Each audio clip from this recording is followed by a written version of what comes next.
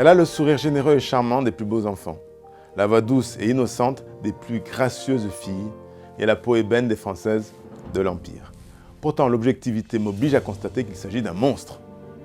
Mais entendons-nous bien, dans le sport et a fortiori dans la maison judo, ce qualificatif n'est pas péjoratif. Au contraire, il témoigne de la fascination que l'observateur ressent pour l'athlète. Bon, c'est promis, ensemble nous utiliserons un autre terme, celui de joyau, car enfin c'est ce qu'elle est, un diamant de 100 carats que la France, notre pays, a la chance de posséder. Bonjour et bienvenue sur le plateau de Valeurs. Voici un document exceptionnel. Le tournage est réalisé dans la période de préparation olympique de notre quintuple championne du monde de judo. Nous avons l'insigne honneur de vous présenter Clarisse Agbenienou, 5 fois championne du monde, vice-championne olympique et l'un des plus beaux palmarès du sport français. Son objectif ? Être championne olympique à Tokyo le 27 juillet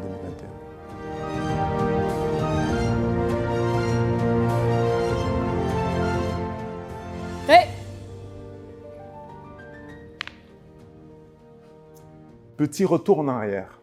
Nous sommes en 2013, le 29 août, et vous entamez votre première finale à Maracana, fameux Maracana, contre...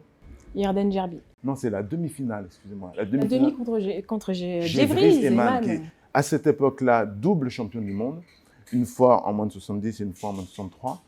Et le combat commence, je pense qu'elle va faire qu'une bouchée de vous, et puis 2 minutes après, boum, Ippon, et c'est vous qui êtes vainqueur. Waouh! Vous en rappelez cette scène? Je me rappelle, j'étais un peu choquée parce que c'est vrai que Gévry, c'est une athlète très physique, très forte, et quand à l'entraînement, je ne l'ai jamais battue, jamais fait tomber. C'était plutôt l'inverse. Et peut-être qu'en compétition, si je me transcendais plus, je ne sais pas, mais incroyable. C'était fou. J'avais pas pensé. Alors, en ce qui me concerne, c'était la deuxième fois que je vous voyais. La première, c'était dans un ascenseur pour les Jeux de Londres. Et je crois que vous étiez observatrice, donc on était dans le même hôtel, voilà. Et vous vous retrouvez, donc 1 an après, les choses sont passées très vite, n'est-ce pas? Les choses sont passées à une vitesse folle et je pense que le fait de voir les Jeux, de ne pas le faire. Ah, voilà. Déjà, t'es là, tu viens, tu vois, mais de dire que tu pouvais avoir ta place, j'étais qualifiée, mais qu'il y avait Gévry qui était beaucoup plus forte et qui méritait d'y aller. Et là, tu dis, bon, ben, il y a 4 ans pour faire les Jeux derrière, c'est à toi. Soit tu le fais tout de suite, soit tu le fais jamais. On continue notre rétrospective. On est donc maintenant au stade des finales. Et on a cette Israélienne, comment s'appelle-t-elle? Yarden Gerbi. Le combat commence. Là, je suis évidemment, pour le coup, extraordinairement intéressé. Et il y a un passage au sol. Puis je vois que vos jambes ne bougent plus. Vous êtes inanimé.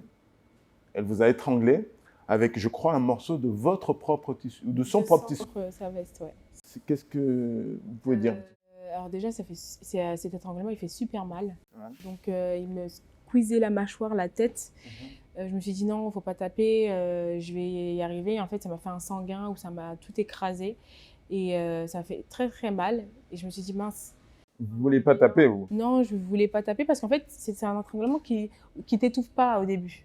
Donc, en fait, tu as très mal, très, très mal, mais il ne t'étouffe pas. Donc, je me suis dit autant voir si je peux tenir. Mais en fait... sanguin, ça n'a pas fait long feu. Derrière, je me suis levée, j'avais mal à la mâchoire, elle s'était déplacée. Il est très... Alors, tout le monde retenait son souffle, tout le monde était très inquiet. Dans les tribunes, c'était le silence absolu. Mais en plus, il y avait une femme qui était près de moi, qui me tenait le bras, que je ne connaissais pas et que j'ai appris à connaître et à aimer, Pauline Agbenienou, votre maman. C'est ça. Et elle avait très peur parce que quelques 20 ans plus tôt, elle avait lutté pour contenir sa peur, pour que vous viviez. Vous vous rappelez de ça? Vous étiez grandement prématuré. Je me rappelle pas, mais plus les souvenirs que ma maman a pu me donner et mon papa. C'est vrai que je suis née, je ne respirais pas. Donc je suis née morte, ils m'ont réanimée. Ensuite, ils ont dit que j'avais un problème de santé et qu'il fallait m'opérer le rein qui était bouché et que c'était mieux d'opérer, mais qu'il fallait attendre 3 semaines que je grandisse un petit peu, comme j'étais déjà assez chétive. Et quand ils m'ont opérée, je suis tombée dans le coma.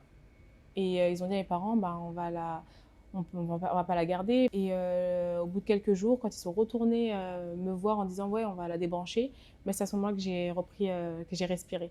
Et votre maman croyait évidemment en Ah vous. oui, elle a dit non, non, elle va se battre, elle va se battre. Voilà. Et ce jour-là, ce 29 août 2013, est-ce que vous avez transmis son inquiétude? Est-ce que vous avez su qu'elle avait peur? Bah, elle a tout le temps peur. Je pense que j'ai jamais vu sereine et zen. Après, petite, elle venait pas. C'est quand j'ai commencé à bien grandir, à faire des vraies compétitions, qu'elle a commencé à venir. Parce qu'elle savait pas trop, elle pensait pas que j'allais en arriver là. Et puis jeune, pour elle, c'était un loisir. Donc, non, mais c'est quelqu'un qui stresse énormément. Et ce jour-là, vous m'avez stupéfait parce qu'au sortir du tapis, vous vous moquiez de vous-même. Comme on se chambre entre athlètes, vous chambriez vous-même en disant que vous êtes tombé dans les vapes, etc. Et vous étiez déjà en train de donner des défis aux dieux pour les prochaines étapes. Et j'ai dit, là, il y a la graine de champion. Oui, parce que je suis quelqu'un qui... J'aime pas perdre, forcément. Mais quand c'est perdu, c'est perdu. Ça sert à rien d'aller plus loin, de dire mais non, il y a eu un problème, mais non, j'aurais pu faire. Ouais, j'aurais pu faire, mais dans ce cas, je sais, je vais apprendre et je le ferai plus tard. Mais dites-moi, dans votre ouvrage que j'ai lu avec un immense intérêt, donc Combattre pour être soi, vous parlez de ces règles, vous avez une espèce de catéchisme en 10 règles, et la première de ces règles, c'est ne jamais rester sur un premier échec, ne pas rester bloqué sur le premier échec. C'est ça en fait, non? C'est ça, dans nos vies, on en aura des échecs, on en a déjà eu. Donc si on reste bloqué dessus, on n'avancera jamais. Pour moi, ces échecs-là font qu'on grandit, qu'on apprend. J'ai plus appris dans les échecs que dans les victoires. Forcément, dans les victoires, tu es contente, mais tu ne regardes pas trop ce qui s'est passé. Mais dans les échecs, ça te fait tellement mal que si tu ne grandis pas, bah ça ne va pas marcher.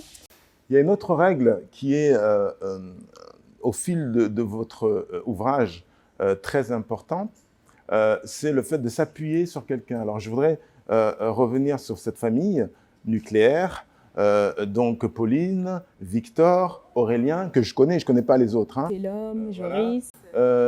Donc ça, c'est la famille nucléaire. Il y a une personne aussi que je vois souvent autour de vous qui vous a appris, qui vous a aidé à faire vos cours, je crois, vos devoirs, Nadia. Donc voilà, est-ce que ça aussi, ces règles que je vois beaucoup dans votre ouvrage, s'appuyer sur quelqu'un, avoir des gens comme des rochers en qui on a confiance, ça c'est très important pour vous? C'est important parce que c'est vrai que dans une vie comme ça, on sait, ou dans des victoires, on peut avoir cette perte de confiance, ou on peut avoir des personnes qui... Voilà, c'est bien d'avoir un socle solide. Moi, je dis toujours, c'est bien d'avoir les 3 piliers. Tu as ta famille, tu as ton sport, et tu as aussi ta personne, ton amour. Et c'est important que ces choses-là te montrent et que tu aies confiance en des personnes que tu peux te reposer. Nos vies ne sont pas faciles. Et le fait d'avoir une famille qui est soudée derrière et en qui tu peux avoir confiance, ou Nadia, ou mon conjoint, c'est vrai que ça fait du bien. Et j'ai des proches aussi qui me sont chers, des amis que j'ai pu avoir d'enfance, ou même là, des nouveautés qui m'ont aidée.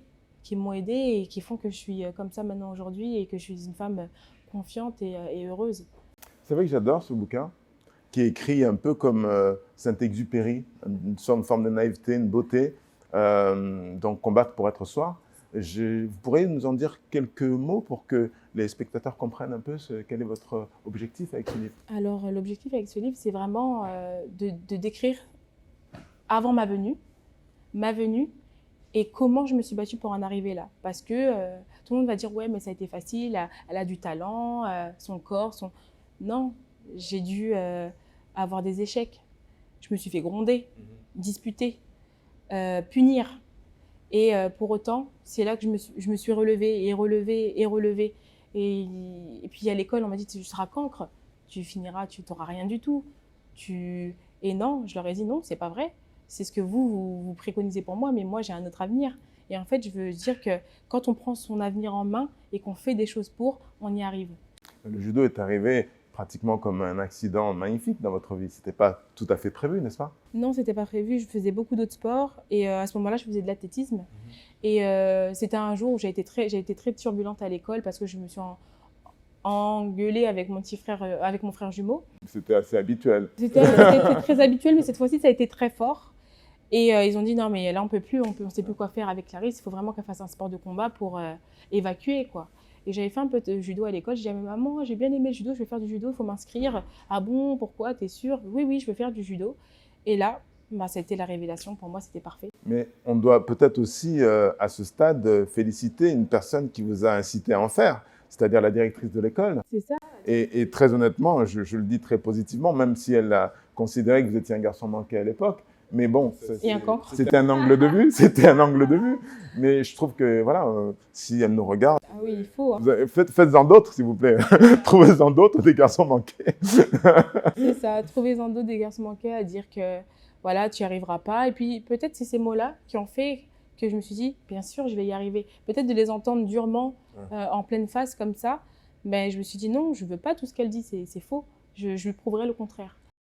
On arrive au stade de la conclusion parce que vous préparez les Jeux Olympiques, on ne va pas vous prendre beaucoup de temps. Justement, en parlant de ces JO qui ont été reculés d'1 an, moi, je vais vous demander le côté positif. 1, qu'est-ce que c'est un titre de champion olympique? Et 2, qu'est-ce que le recul d'1 an a apporté de positif? Alors, première question, qu'est-ce que c'est médaille d'or? Je ne sais pas, je ne l'ai pas encore. Mais je vous dirai dans quelques mois, il n'y a pas de problème, on reprendra cette discussion. Et la deuxième chose, et ben finalement, ça n'a pas été une année aussi... ça a été très compliqué, très dur, hein, je l'avoue. J'étais en dépression, il faut le dire.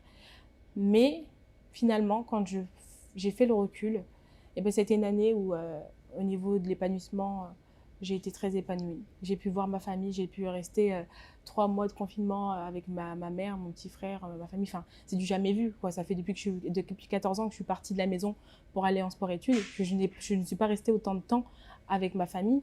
Et puis, ça a été un bonheur sans fin. Et je me suis dit, mais c'est pour ça, en fait, que ça m'a fait mal. C'est que je savais qu'après les Jeux, j'allais pouvoir profiter de ma famille. Et là, en fait, c'était le repousser. Pour moi, c'était dur. Ça a été très dur. Mais ça a été des moments où j'ai pu faire le livre. Ça a été des moments où j'ai pu parler encore plus de mon enfance, de SOS Préma, de moi en tant que femme, des règles. Voilà, les femmes, quand elles ont leur période. J'ai vraiment pu faire une introspection avec moi-même et reprendre les études pour devenir coach de vie. Donc, cette année, en fait, elle a été magique et ça a été que... de toute façon, on dit que le chemin est déjà fait et qu'il n'y a rien sans rien. Et que si ça a été comme ça cette année, c'est qu'il fallait. Il fallait peut-être me donner un coup de boost pour que je sois vraiment championne olympique. Peut-être qu'un an avant, je ne l'aurais peut-être pas fait. Le 27 juillet 2021, je pense que 70 millions de Français, au moins, seront derrière vous, auront leur âme avec vous. Et vous serez notre porte-drapeau. Je l'espère. Que ce soit le cas ou non, parce que vous le valez bien. Ray? Est-ce que je peux vous demander quelque chose? Bien sûr. Est-ce qu'on peut faire un petit yakusoku gecko ensemble? Allons-y.